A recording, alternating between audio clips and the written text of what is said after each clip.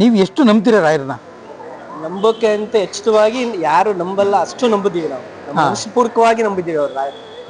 Sir, ಇದು ಪುರಾತನವಾದ ಚೋಳರ ಕಾಲದ ದೇವಸ್ಥಾನ. ಹಾ, ಸಾಗರೋಪಾಯವಾಗಿ ಜನ ಬರ್ತಾ ಇದ್ದಾರೆ. ಆಮೇಲೆ ಅವ್ರು ಅಂದ್ಕೊಂಡದ್ದೆಲ್ಲ ಆಗ್ತಾ ಇರೋದ್ರಿಂದ ಜನ ಭಕ್ತಾದಿಗಳು ಇಲ್ಲಿ ಒಂದು ನಂಬಿಕೆನ ಮಡಿಕೊಂಡ್ಬಿಟ್ಟಿದ್ದಾರೆ. ಆಮೇಲೆ ನಾವು ಅವತ್ತೆಲ್ಲ ಸಣ್ಣ ಪುಟ್ಟ 2 ರೂಪಾಯಿ 1 ರೂಪಾಯಿನವರು, ಇವತ್ತು ಇಲ್ಲಿ ಫಸ್ಟ್ ಅವಾಗ ಹುಡುಗರಾಗಿ ಬಂದು ಕೆಲವರೆಲ್ಲ ಇಲ್ಲಿ ಕಸ ಗುಡ್ಸೋದು ಬಡಿಸೋದು ಇವೆಲ್ಲ ಮಾಡ್ತಾ ಇದ್ದವ್ರು ಇವತ್ತೆಲ್ಲ ಬಹಳ ದೊಡ್ಡ ಮಟ್ಟಿಗೆ ಬೆಳೆದು ಬಿಟ್ಟಿದ್ದಾರೆ. ಈಗ ಎಷ್ಟು ನಂಬಿದ್ರಿ ರಾಯರನ್ನ ನೀವು? ತುಂಬಾ ನಂಬಿದೀವಿ. ಅದೊಂದು ಯಾಕಂದ್ರೆ ನನಗೆ ಅನುಭವ ಆಯ್ತು, ಅದೊಂದು ರಾಯರ ಅನುಭವ ನನಗೆ ಮನ್ಸಲ್ಲ, ಇದ್ರಲ್ಲಿ ಆಯ್ತು, ನನ್ನ ವೈಯಕ್ತಿಕವೂ ಆಯ್ತು, ನನ್ನ ಫ್ಯಾಮಿಲಿಗೂ ಆಯ್ತು. ನಂಬಿದೀವಿ ನಾವು. ನಮ್ಮ ತಾಯಿ ಚಿಕ್ಕ ವಯಸ್ಸಿಂದನೂ ರಾಯರನ್ನ ಗುರುವಾರ ದಿನ ಉಪವಾಸ ಇದ್ದು ಮಾಡ್ತಾರೆ ನಮ್ಮ ತಾಯಿ. ನಾವು ಚಿಕ್ಕ ಹುಡುಗರು 40 ವರ್ಷದಿಂದನೂ ಮಾಡ್ತಾರೆ ನಮ್ಮ ತಾಯಿ. ಒಂದು ಸಣ್ಣ ಫೋಟೋ ಮಾಡಿಕೊಂಡು ಮಾಡ್ತಾ ಇದೀವಿ ನಾವು ರಾಯರನ್ನ. ಅಂದ್ರೆ ಈಗ ರಾಯರನ್ನ ನೀವು ಎಷ್ಟು ನಂಬ್ತೀರಿ? ಭಯ ಆಯ್ತು ನನಗೆ, ಇದೇನು ಹಿಂಗಾಗೋಯ್ತಲ್ಲ ಅಂದ್ಬಿಟ್ಟು ನಾನು ಅರ್ಚಕರು ಗಮನಕ್ಕೆ ತಂದೆ. ಸ್ವಾಮಿ ಹೋದ ವರ್ಷ ಬಂದಿದ್ದ ರೀತಿ ನನಗೆ ಕನಸಾಗ್ತದೆ, ಏನಾಗ್ತದೆ ಅದಕ್ಕೆ ರಾಘವೇಂದ್ರ ಸ್ವಾಮಿಗಳದ್ದು ನಿಮಗೆ ಕೃಪೆ ಆಗ್ತಾ ಇದೆ, ಬಿಡಬೇಡಿ, ನೀವು ಕಂಟಿನ್ಯೂ ಮಾಡಿ ಅಂತ.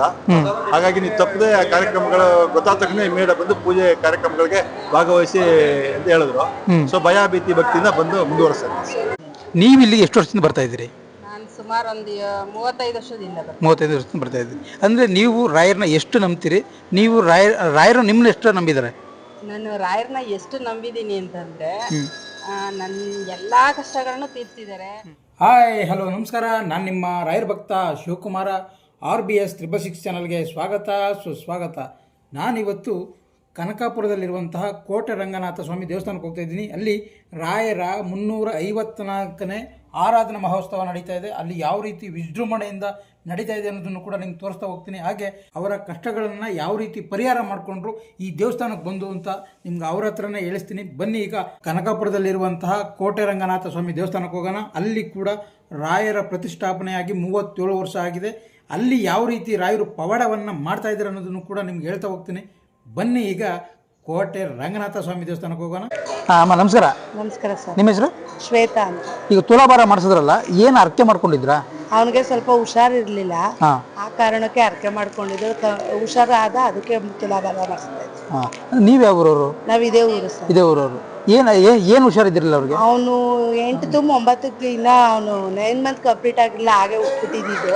ಹಾಗೆ ಸ್ವಲ್ಪ ಶ್ವಾಸಕೋಶ ಪ್ರಾಬ್ಲಮ್ ಇತ್ತು. ಆ ಇದ್ರಿಂದ ರಾಘವೇಂದ್ರಗೆ ಅರ್ಕೆ ಮಾಡ್ಕೊಂಡು ಕಡಿಮೆ ಆಯ್ತಾ ಬಂತು. ಆ ಇದ್ರಿಂದ ತುಲಾಭಾರ ಮಾಡಿಸಿ. ಅಂದ್ರೆ ರಾಯರನ್ನ ನೀವು ಎಷ್ಟು ನಂಬ್ತೀರಾ? ನಾವು 100% ನಂಬ್ತೀವಿ. 100% ನಂಬ್ತೀರಿ. ಅಂದ್ರೆ ಈಗ ನೀವು ಇಲ್ಲಿಗೆ ಆರಾಧನೆ ಟೈಮಲ್ಲಿ ಬರ್ತೀರಾ? ಇಲ್ಲ ಇಲ್ಲ, ವಾರನೂ ಬರ್ತೀವಿ. ವಾರನೂ ಬರ್ತೀರಿ.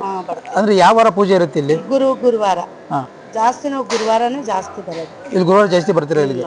ಅಂದ್ರೆ ವಾರನೂ ಬರ್ತೀವಿ. ಅಂದ್ರೆ ಈ ರಾಯರನ್ನ ನಮ್ದವ್ರು ತುಂಬಾ ಒಳ್ಳೇದಾಗುತ್ತೆ ಅಂತ. ರಾಘವೇಂದ್ರ ನಂಬಿದವ್ರು ಯಾರು ಕೆಟ್ಟವರಿಲ್ಲ, ಒಳ್ಳೇದಾಗಿದೆ ನಮ್ಗಂತೂ. ಮಂತ್ರಾಲಯಕ್ಕೆ ಒಂದ್ಸಲ ಹೋಗಿದ್ದೀರಾ? ಮಂತ್ರಾಲಯಕ್ಕೆ ಇನ್ನ ಹೋಗಿಲ್ಲ, ಹೋಗ್ಬೇಕು ಅನ್ಕೊಂಡಿದೀವಿ ಸರ್. ಅಲ್ಲಿ ಇಲ್ಲಂತೂ ಬಂದೇ ಬರ್ತೀರಿ? ಇಲ್ಲಿಗೆ ಯಾವಾಗ ವಾರನೂ ಮಿಸ್ ಇಲ್ಲದೆ ಬರ್ತೀವಿ. ನಮಸ್ಕಾರ. ನಮಸ್ತೆ ಸರ್. ನಿಮ್ಮ ಹೆಸರು? ಪದ್ಮಾ. ನೀವು ಈ ದೇವಸ್ಥಾನಕ್ಕೆ ಎಷ್ಟು ವರ್ಷದಿಂದ ಬರ್ತಾ ಇದ್ದೀರಿ? 14 ವರ್ಷದಿಂದ. 14 ವರ್ಷದಿಂದ ಬರ್ತಾ ಇದ್ದೀರಿ. ಆರಾಧನೆಗೆ ಬರ್ತಿದ್ದೀರಾ? ಇಲ್ಲ ಅವಾಗ ಬರ್ತಾ ಇರ್ತೀವಿ. ಅವಾಗ ಬರ್ತಾ ಇರ್ತೀವಿ. ನಿಮ್ಗೆ ಏನಾರ ಒಳ್ಳೇದಾಗಿದ್ಯಾ? ನೀವು ರಾಯರ ಎಷ್ಟು ನಂಬಿದ್ದೀರಿ? ನಂಬಿದೀವಿ ಸರ್, 100% ನಂಬಿದೀವಿ. ನಿಮ್ಗೆ ಏನಾರ ಒಳ್ಳೇದಾಗಿದ್ಯಾ? ಆಗಿದೆ ಸರ್. ಆಗಿದೆ. ಸರ್ ನಮಸ್ಕಾರ. ನಮಸ್ಕಾರ, ಹೇಳಿ ಸರ್. ನಿಮ್ಮ ಹೆಸರು? ನನ್ನ ಹೆಸರು ಶಿವರೇಣುಕ ಅಂತ ಹೇಳಿ. ನೀವು ಯಾವ ಊರವರು? ನಾನು ದೊಡ್ಡಹಳ್ಳಿ. ಅಂದ್ರೆ ಈ ದೇವಸ್ಥಾನಕ್ಕೆ ಎಷ್ಟು ವರ್ಷದಿಂದ ಬರ್ತಾ ಇದ್ದೀರಿ? ಈ ಆರಾಧನೆಗಳಿಗೆ ಆರಾಧನೆಗಳಿಗೆ ಒಂದು 3-4 ವರ್ಷದಿಂದ ಬರ್ತಾ ಇದೀವಿ ಸರ್. 3-4 ವರ್ಷದಿಂದ ಆರಾಧನೆಗೆ ಬರ್ತಾ ಇದ್ದೀರಿ? ಅಲ್ಲೆಲ್ಲ ನಮಗೆ ಫಸ್ಟ್ ದೇವಸ್ಥಾನ ಬರ್ತಾ ಇದ್ವಿ. ಆಮೇಲೆ ನಮ್ಗೆ ಇಲ್ಲಿ ಶ್ರೀ ಗುರು ರಾಘವೇಂದ್ರ ಆರಾಧನೆ ನಡೀತದೆ ಅಂತ ಗೊತ್ತಾಯ್ತು. ನಮ್ಮ ಸ್ನೇಹಿತರು ಕರ್ಕೊಂಡ್ಬಂದಿಲ್ಲಿ ಪರಿಚಯ ಮಾಡಿಸಿದ್ರು. ಆಮೇಲೆ ನಮ್ಮವರೆಲ್ಲ ಬೇಕಾದವ್ರು ಇದ್ರು. ಸೊ ಮುಂದುವರೆದ ನೆನ್ನೆ ನಾವು ಬಂದಿದ್ವಿ. ಇಲ್ಲಿ ನಮ್ಗೆಲ್ಲ ಕಾರ್ಯಕಾರಿ ಸಮಿತಿ ಬನ್ನಿ ನಾಳೆನೂ ಅಂತ ಹೇಳಿದ್ರು. ಅದಕ್ಕೋಸ್ಕರ ಬಂದಿದ್ವಿ. ಅಂದ್ರೆ ಈಗ ರಾಯರನ್ನ ನೀವು ಎಷ್ಟು ನಂಬ್ತೀರಿ? ಸರ್, ಅದು ಬಹಳ ಆಳವಾದಂತ ಆಧ್ಯಾತ್ಮಿಕ ವಿಷಯಕ್ಕೆ ನೀವು ಕೇಳ್ತಾ ಇದೀರಿ. ನಾವೆಲ್ಲ ಮೊದ್ಲೆಲ್ಲ ಬರ್ತಾ ಇದ್ವಿ. ಬಂದ್ಬೇಕಾದ್ರೆ ಯಾವ್ದೋ ಒಂದ್ಸರಿ ಅಲ್ಲಿ ದೇವಸ್ಥಾನ ಪೂಜೆ ಮಾಡ್ಕೊಂಡು ಹೋಗಿದ್ವಿ. ಒಂದ್ಸರಿ ಬರೋಕ್ಕಾಗಿಲ್ಲ. ಸೊ ಇವತ್ತು ಸಮಾರೋಪ ಮುಗಿದ್ಮೇಲೆ ಬೆಳಗ್ಗೆ ಏನಾಯ್ತು, ಯಾವ್ದೋ ಒಂದ್ಸರಿ ನೆನಪಾಯ್ತು. ಕನಸು ಅನ್ಕೊಳ್ಳಿ, ಕನಸು ಅಂತಾನೆ ಅನ್ಕೊಳ್ಳಿ. ನಾನು ನಿನ್ನೆ ಹೋದ ವರ್ಷ ಪೂಜೆ ಬಂದಿದ್ದು ರಿಮೈಂಡ್ ಆಯ್ತು. ಇದೇನ್ ಈಗ ಆಗ್ತಾ ಇದ್ದಿಲ್ಲ ಅಂತ ಬಂದು ನೋಡ್ಬೇಕಾದ್ರೆ ಆರಾಧನೆ ಸಮಾರೋಪ ಮುಗಿದೋಗಿತ್ತು. ಭಯ ಆಯ್ತು ನನಗೆ, ಇದೇನು ಹಿಂಗಾಗೋಯ್ತಲ್ಲ ಅಂದ್ಬಿಟ್ಟು ನಾನು ಅರ್ಚಕರು ಗಮನಕ್ಕೆ ತಂದೆ. ಸ್ವಾಮಿ ಹೋದ ವರ್ಷ ಬಂದಿದ್ದ ರೀತಿ ನನಗೆ ಕನಸಾಗ್ತದೆ, ಏನಾಗ್ತದೆ ಅದಕ್ಕೆ ರಾಘವೇಂದ್ರ ಸ್ವಾಮಿಗಳದ್ದು ನಿಮಗೆ ಕೃಪೆ ಆಗ್ತಾ ಇದೆ, ಬಿಡಬೇಡಿ ನೀವು ಕಂಟಿನ್ಯೂ ಮಾಡಿ ಅಂತ. ಹಾಗಾಗಿ ನೀವು ತಪ್ಪದೆ ಕಾರ್ಯಕ್ರಮಗಳು ಗೊತ್ತಾದ ತಕ್ಷಣ ಇಮ್ಮಿಡಿಯೇಟ್ ಬಂದು ಪೂಜೆ ಕಾರ್ಯಕ್ರಮಗಳಿಗೆ ಭಾಗವಹಿಸಿ ಅಂತ ಹೇಳಿದ್ರು. ಸೊ ಭಯ ಭೀತಿ ಭಕ್ತಿಯಿಂದ ಬಂದು ಮುಂದುವರಿಸ್ತಾರೆ. ಸರ್ ನಮಸ್ಕಾರ. ನಮಸ್ಕಾರ. ನಿಮ್ಮ ಹೆಸರು? ಸರ್ ಮುಕುಂದರಾವ್ ಅಂತ. ಅಂದರೆ ಈ ಆರಾಧನೆನ ಎಷ್ಟು ವರ್ಷದಿಂದ ಸ್ಟಾರ್ಟ್ ಮಾಡಿದ್ರಿ? ಆಗೇಗಿತ್ತು, ಈಗ ಹೇಗಿದೆ? ಸರ್ ಇದು ಪುರಾತನವಾದ ಚೋಳರ ಕಾಲದ ದೇವಸ್ಥಾನ. ಹಾಂ. ಇಲ್ಲಿ ಇದು ಸುಮಾರು ಒಂದು 1.5 2 ಎಕರೆ ಜಾಗ ಇದೆ. ಇದು ಬಹಳ ಶಿಥಿಲ ಆಗೋಗಿತ್ತು ಸುಮಾರು ಒಂದು 40 ವರ್ಷಗಳ ಹಿಂದೆ. ನಾವು ಅವಾಗ ಎಲ್ಲ SLC PUC ವಿದ್ಯಾರ್ಥಿಗಳು ನಾವು. ಇಲ್ಲಿ ಜನಗಳೆಲ್ಲ ಬಹಳ ಇದಕ್ಕೆ ಕೆಟ್ಟದಕ್ಕೆ ಈ ದೇವಸ್ಥಾನನ ಉಪಯೋಗಿಸ್ಕೊಳ್ತಾ ಇದ್ರು. ಇಲ್ಲೆಲ್ಲ ಗ್ಯಾಮ್ಲಿಂಗು ಅದು ಇದು ಮಾಡೋದು ಅವೆಲ್ಲ ಮಾಡ್ತಾ ಇದ್ರು. ಪೂಜೆ ಪುನಸ್ಕಾರಗಳು ನಡೀತಾ ಇರಲಿಲ್ಲ, ಎಲ್ಲ ಶಿಥಿಲ ಆಗಿತ್ತು. ಅವಾಗ ನಾವು ಇಲ್ಲಿ ಸ್ವಲ್ಪ ಓದ್ಕೊಳಕ್ಕೆ ಅಂತ ಬರ್ತಾ ಇದ್ದೋ. ಆಗ ಇದೆಲ್ಲ ನೋಡಿ ಅರ್ಚಕರು ಪಾಪ ಬಹಳ ನೊಂದ್ಕೊಂಡ್ರು. ಅವತ್ತಿನ ದಿವಸ ಅಯ್ಯಂಗಾರರು ಒಬ್ರು ಅರ್ಚಕರು ಇದ್ರು. ಪಾಪ ಅವ್ರಿಗೆ ಪೂಜೆ ಮಾಡಿ ದೀಪ ಆರಿಸ್ಬಿಟ್ಟು ಹೊಟ್ಟೋಯ್ತಾ ಇದ್ರು. ಎಣ್ಣೆನೂ ಇರ್ತಿರ್ಲಿಲ್ಲ ಅವತ್ತಿನ ದಿವಸ. ಅಂತ ಪರಿಸ್ಥಿತಿ. ಜನ ಅವತ್ತಿನ ದಿವಸ ಈ ದೇವಸ್ಥಾನದ ಬಗ್ಗೆ ಬಹಳ ನಿರ್ಲಕ್ಷ್ಯ ತೋರಿಸಿದ್ರು. ಇದು ಮುಜರಾಯಿ ಟೆಂಪಲ್, ಚೋಳರ ಕಾಲದ್ದು. ಇದು ಸಿ ಗ್ರೇಡ್ ಇರೋದ್ರಿಂದ ಇದರಿಂದ ಏನು ಆದಿಕ ಇಲ್ದಿರೋದ್ರಿಂದ ಸರ್ಕಾರ ಇದನ್ನ ನಿರ್ಲಕ್ಷ್ಯ ಮಾಡಿತ್ತು. ಈಗ ನಾವು ಏನು ನಮ್ಮ ಇಲ್ಲಿ ಲೋಕಲ್ ಅಲ್ಲಿ ಇದ್ದಂತ ಸ್ನೇಹಿತರುಗಳು ಎಲ್ಲ ಸೇರಿ ಅವತ್ತು ಒಂದು 2 ರೂಪಾಯಿ 1 ರೂಪಾಯಿ ಎಲ್ಲ ತಗೊಂಡು ಒಂದು ಜೀರ್ಣೋದ್ಧಾರ ಮಾಡ್ಬೇಕು ಅಂದ್ಬಿಟ್ಟು ಶುರು ಮಾಡ್ದು. ಅವಾಗ ಇದಕ್ಕೆಲ್ಲ ಬಂದೋಬಸ್ತ್ ಏನು ಇರಲಿಲ್ಲ. ಇವೆಲ್ಲ ಗ್ರಿಲ್ ಇರ್ಬೋದು, ಡೋರ್ಗಳು ಇರ್ಬೋದು, ಸುಮಾರು ಗೋಡೆಗಳೆಲ್ಲ ಶಿಥಿಲ ಆಗಿ ಸುಮಾರೆಲ್ಲ ಬಿದ್ದೋಗಿದ್ದು. ಆ ಮೊದಲು ಈ ಶಿಥಿಲ ಆಗಿದ್ದ ಗೋಡೆಗಳನ್ನೆಲ್ಲ ರೆಡಿ ಮಾಡಿ ಒಂದು ಪೂಜೆ ಪುನಸ್ಕಾರಕ್ಕೆ ಆರಾಮ ಆಗೋ ತರ ಪ್ರಯತ್ನ ಪಟ್ಟು, ಆದ್ರೂ ಜನ ಬರ್ತಾ ಇರ್ಲಿಲ್ಲ. ಆಗ ಗುರು ರಾಘವೇಂದ್ರ ಸ್ವಾಮಿಗಳು ಪ್ರಚಲಿತರು. ಅವಾಗ ಒಂದು ಲೈಟೇ ಇರ್ಲಿಲ್ಲ. ದೀಪ ಹಚ್ಬಿಟ್ಟು ಪುರೋಹಿತರು ದೀಪ ಆರಿಸ್ಬಿಟ್ಟು ಹೋಗೋರು. ನಾಳೆಗೆ ಆಮೇಲೆ ಪೂರ್ತಿ ಉರ್ಸ್ಬಿಟ್ರೆ ನಾಳೆಗೆ ಎಣ್ಣೆ ಇರಲ್ಲ ಅಂತ ಪರಿಸ್ಥಿತಿ ಇದ್ದಾಗ ರಾಘವೇಂದ್ರ ಸ್ವಾಮಿಗಳನ್ನ ಏನಾದ್ರು ಮಾಡಿ ನಾವು ಪ್ರತಿಷ್ಠೆ ಮಾಡಿದ್ರೆ ಇಲ್ಲಿ ಅವರು ಕಲಿಯುಗ ಕಲ್ಪವೃಕ್ಷ, ಅವ್ರು ಬಂದ್ಮೇಲೆ ಒಂದು ಶಕ್ತಿ, ಇನ್ನೂ ಶಕ್ತಿ ಬರ್ಬೋದು ಅಂತ ಹೇಳಿ ನಾವು ಅವತ್ತಿನ ದಿವಸ 2 ರೂಪಾಯಿ 3 ರೂಪಾಯಿ ನಮ್ಮ ತಂದೆ ತಾಯಿ ತಾವು ಗೊತ್ತಿಲ್ದಂಗೆ ಈಸ್ಕೊಂಡು ಅದನ್ನ ಒಂದು ಗುರು ರಾಘವೇಂದ್ರ ಸ್ವಾಮಿಗಳನ್ನ ಸುಮಾರು ಇವತ್ತಿಗೆ 37 ವರ್ಷ ಆಯ್ತು. ರಾಘವೇಂದ್ರ ಸ್ವಾಮಿಗಳನ್ನ ನಾವು ಪ್ರತಿಷ್ಠೆ ಮಾಡಿ ದಿನದಿಂದ ದಿನಕ್ಕೆ ಅವತ್ತು 2,000-3,000 ರೂಪಾಯಿನಲ್ಲಿ ಆರಾಧನೆ ಮಾಡ್ತಾ ಇದ್ದೋ. ಇವತ್ತು 15-20 ಲಕ್ಷ ಖರ್ಚು ಮಾಡ್ತೀವಿ 3 ದಿವಸ ಆರಾಧನೆ ಮಾಡೋದಕ್ಕೆ. ಡೈಲಿ ಸುಮಾರು 6,000 ಸಾವಿರ ಜನ ಊಟ ಮಾಡ್ತಾರೆ. ಟೋಟಲ್ 18,000 ಜನ ಈ ಆರಾಧನೆಯಲ್ಲಿ 3 ದಿವಸಕ್ಕೆ ಊಟ ಮಾಡ್ತಾರೆ.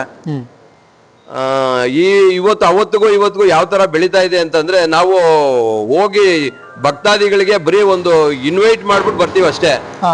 ಧರ್ಮಸ್ಥಳದಲ್ಲಿ ಯಾವ ರೀತಿ ಎಲ್ಲ ದಿನಸಿ ಧಾನ್ಯಗಳನ್ನೆಲ್ಲ ತಗೊಬಂದು ಇಲ್ಲಿ ಹಾಕ್ತಾರೆ ಹೊರತು, ಆ ತರ ಇಲ್ಲೂ ಕೂಡ ಈ ರಾಘವೇಂದ್ರ ಸ್ವಾಮಿ ಆರಾಧನೆಗೆ ಶ್ರಾವಣ ಶನಿವಾರಕ್ಕೆ ಶ್ರೀನಿವಾಸ ದೇವ್ರದ್ದು, ಬ್ರಹ್ಮರಥೋತ್ಸವ ರಂಗನಾಥ ಸ್ವಾಮಿದು, ಇಲ್ಲಿ ದೇವಾನ ದೇವತೆಗಳೆಲ್ಲ ಇದ್ದಾರೆ. ಇಲ್ಲಿಗೆ ಬಂದ್ಬಿಟ್ರೆ ಬರೀ ರಾಯರಲ್ಲ, ರಂಗನಾಥ ಸ್ವಾಮಿ, ಶ್ರೀನಿವಾಸ, ಕಂಬುದ ನರಸಿಂಹಸ್ವಾಮಿ, ಉದ್ಭವ ಮೂರ್ತಿ ಅವರು, ಲಕ್ಷ್ಮೀ ದೇವಸ್ಥಾನ, ಸೀತಾರಾಮ ಲಕ್ಷ್ಮಣ ಆಂಜನೇಯ, ನವಗ್ರಹ ದೇವಸ್ಥಾನ, ಸುಬ್ರಹ್ಮಣ್ಯ, ಪ್ರತಿಯೊಂದು ದೇವತೆಗಳೆಲ್ಲ ಇಲ್ಲೇ ಇದ್ದಾರೆ. ಇವತ್ತು ಅದೇನು ಗುರು ರಾಘವೇಂದ್ರ ಸ್ವಾಮಿಗಳು ಬಂದು ಇಲ್ಲಿ ಕುತ್ಕೊಂಡ ಮೇಲೆ ಎಲ್ಲಾ ಪೂಜೆ ಪುನಸ್ಕಾರಗಳು, ಆಮೇಲೆ ವಿದ್ಯಾರ್ಥಿಗಳಾಗಿದ್ರು ಇವತ್ತೆಲ್ಲ ನಮ್ಮ ಅರ್ಚಕರೆಲ್ಲ ಒಂದು ಮಠದಲ್ಲಿ.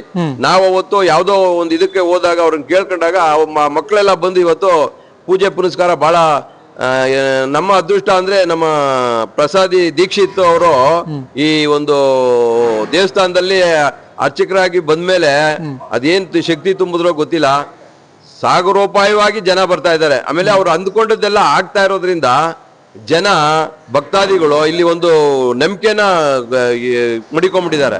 ಪ್ರತಿ ಆರಾಧನೆಗೂ ನಾವು ಯಾರನ್ನೂ ಕರೆಯಲ್ಲ, ಅವರೇ ವಾಲಂಟಿಯರ್ ಆಗಿ, ನಮ್ಗೆ ಗೊತ್ತೇ ಇರಲ್ಲ. ಎಲ್ಲೆಲ್ಲಿ ಹಳ್ಳಿಯಿಂದ ಎಲ್ಲ ಬಂದು ದವಸ ಧಾನ್ಯಗಳೆಲ್ಲ ಹಾಕ್ಬಿಟ್ಟು ಸ್ವಾಮಿ ಪ್ರಸಾದ ತಗೊಂಡು ಹೋಗ್ತಾ ಇದ್ದಾರೆ ರಾಘವೇಂದ್ರ. ಆಮೇಲೆ ನಾವು ಅವತ್ತೆಲ್ಲ ಸಣ್ಣ ಪುಟ್ಟ 2 ರೂಪಾಯಿ 1 ರೂಪಾಯಿನವರು. ಇವತ್ತು ಇಲ್ಲಿ ಫಸ್ಟ್ ಅವಾಗ ಹುಡುಗರಾಗಿ ಬಂದು ಕೆಲವರೆಲ್ಲ ಇಲ್ಲಿ ಕಸ ಗುಡ್ಸೋದು ಬಡ್ಸೋದು ಇವೆಲ್ಲ ಮಾಡ್ತಾ ಇದ್ದವ್ರು ಇವತ್ತೆಲ್ಲ ಬಹಳ ದೊಡ್ಡ ಮಟ್ಟಿಗೆ ಬೆಳೆದು ಬಿಟ್ಟಿದ್ದಾರೆ. ಕೂಲಿ ಮಾಡ್ತಾ ಇದ್ದವರೆಲ್ಲ ಇವತ್ತು ಕಾರಲ್ಲಿ ಓಡಾಡ್ತಾ ಇದ್ದಾರೆ. ಅಂತ ರಾಘವೇಂದ್ರ ಸ್ವಾಮಿಗಳು ಅಷ್ಟು ಆಶೀರ್ವಾದ ಮಾಡಿ ಇವತ್ತು ಎಲ್ಲಾರ್ಗು ಇವತ್ತೇನು ಆವತ್ತಿನ ದಿವಸ ಯಾರು ಇಲ್ಲಿ 1 ರೂಪಾಯಿ 2 ರೂಪಾಯಿ ಸೇವೆ ಮಾಡ್ಕೊಂಡು ಈ ದೇವಸ್ಥಾನಕ್ಕೆ ಬಂದಿದ್ರು, ಇವತ್ತು ಅವರೇ ಸೇರಿ ಒಂದು ದೊಡ್ಡದಾಗ ಆರಾಧನೆ ಮಾಡುವಂತ ಶಕ್ತಿ ಆ ಗುರು ರಾಘವೇಂದ್ರ ಸ್ವಾಮಿಗಳು ಕೊಟ್ಟಿದ್ದಾರೆ. ಯಾರು ಏನು ಸಹಾಯ ಮಾಡಲಿಲ್ಲ ಅಂದ್ರು ನಮ್ಮ ಟ್ರಸ್ಟಲ್ಲಿರುವಂಥ ಭಕ್ತಾದಿಗಳೇ ನಮ್ಮ ಡೈರೆಕ್ಟರ್ಸು ಮೆಂಬರ್ಸು ಇವರೇ ನಿಂತ್ಕೊಂಡು ಒಂದು ಆರಾಧನೆ, ಒಂದು 10 ಲಕ್ಷ ಖರ್ಚು ಮಾಡಿ ಆರಾಧನೆ ಮಾಡುವಂಥ ಶಕ್ತಿ ಆ ರಾಘವೇಂದ್ರ ಸ್ವಾಮಿಗಳು ಕೊಟ್ಟಿದ್ದಾರೆ. ಇಲ್ಲಿ ಬಹಳ ಸತ್ಯ ಇದೆ. ಕಂಬುದ ನರಸಿಂಹ ಸ್ವಾಮಿ ಉದ್ಭವ ಮೂರ್ತಿ ಸುಮಾರು 4-5 ಡಿಸ್ಟಿಕ್ಕಿಂದ ಬಂದು ಪ್ರತ್ಯೇಕವಾಗಿ ಬಂದು ಪೂಜೆಗಳನ್ನು ಮಾಡ್ಕೊಂಡು ಹೋಗ್ತಾರೆ. ಶ್ರಾವಣ ಶನಿವಾರ 4-5 ಶ್ರಾವಣ ಶನಿವಾರನು ನಾವು ಒಂದು ವಿಜೃಂಭಣೆಯಿಂದ ಮಾಡ್ತೀವಿ.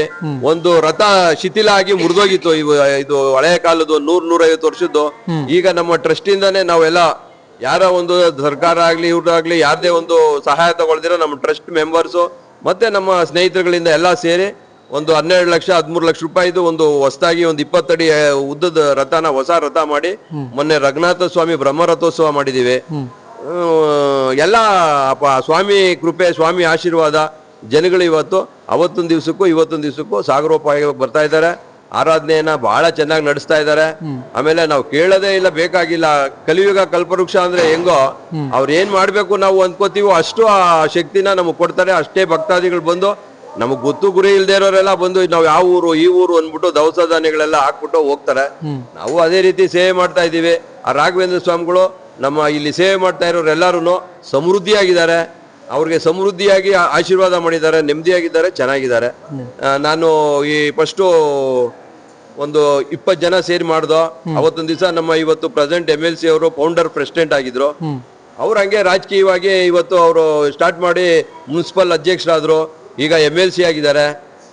ಹಂಗೆ ಅವರು ಬೆಳ್ಕೊಂಡು ಹೋಯ್ತಾ ಇದ್ದಾರೆ. ಅವ್ರಾದ್ಮೇಲೆ ನನಗೆ ಜವಾಬ್ದಾರಿ ರಾಘವೇಂದ್ರ ಸ್ವಾಮಿಗಳು ಕೊಟ್ರು.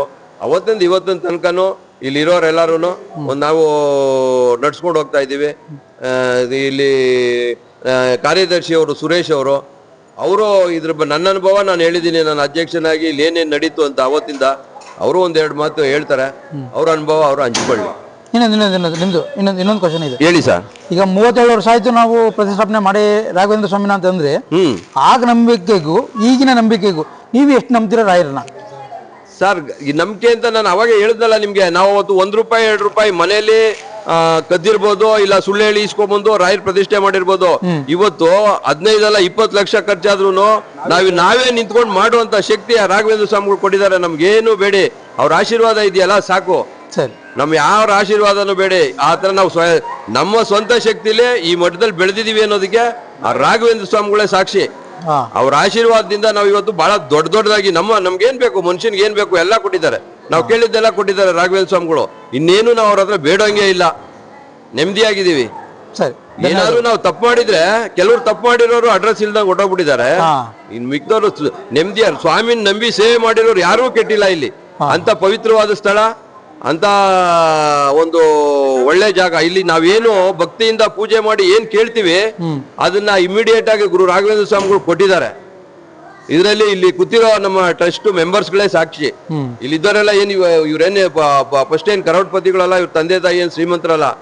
ನಾವೆಲ್ಲ ಕೂಲಿ ನಾಲಿ ಕೂಲಿ ಮಾಡೋ ಮಕ್ಕಳು, ಕೂಲಿ ಮಾಡ್ತಾ ಇದ್ರಲ್ಲ ಅವ್ರ ಮಕ್ಕಳು ನಾವು ಇವತ್ತು ನಮ್ಮನ್ನ ಸಮಾಜದಲ್ಲಿ ಒಂದು ಎಲ್ಲಾರ ತರ ಒಂದು ಗೌರವವಾಗಿ ಬದುಕೋ ತರ ರಾಘವೇಂದ್ರ ಸ್ವಾಮಿಗಳು ನಮ್ಮನ್ನು ಮಾಡಿದ್ದಾರೆ. ನಾವು ಇದರಲ್ಲಿ ಎಳ್ಳಷ್ಟು ಸಂಶಯ ಇಲ್ಲ, ಅವರಿಂದನೇ ನಾವು ಈ ಮಠದಲ್ಲಿ ಇದ್ದೀವಿ, ಬಹಳ ಚೆನ್ನಾಗಿದ್ದೀವಿ. ಸರಿ, ಧನ್ಯವಾದಗಳು. Thank you. ಗುರು ರಾಘವೇಂದ್ರಾಯ ನಮಃ. ಯಾರ್ಯಾರು ಇಲ್ಲಿವರೆಗೂ ಪೂರ್ತಿ ವಿಡಿಯೋ ನೋಡಿದ್ರೋ ರಾಯರು ನಿಮಗೂ ಒಳ್ಳೇದು ಮಾಡಲಿ ಅಂತ ಹೇಳ್ತಾ ಈ ವಿಡಿಯೋನ ಇಲ್ಲಿ ಮುಗಿಸ್ತಾ ಇದ್ದೀನಿ. ದಯವಿಟ್ಟು ಸಬ್ಸ್ಕ್ರೈಬ್ ಮಾಡಿ, ಹಾಗೆ ಲೈಕ್ ಮಾಡಿ ಅಂತ ಹೇಳ್ತಾ ಈ ವಿಡಿಯೋನ ಇಲ್ಲಿ ಮುಗಿಸ್ತಾ ಇದ್ದೀನಿ. ಧನ್ಯವಾದಗಳು.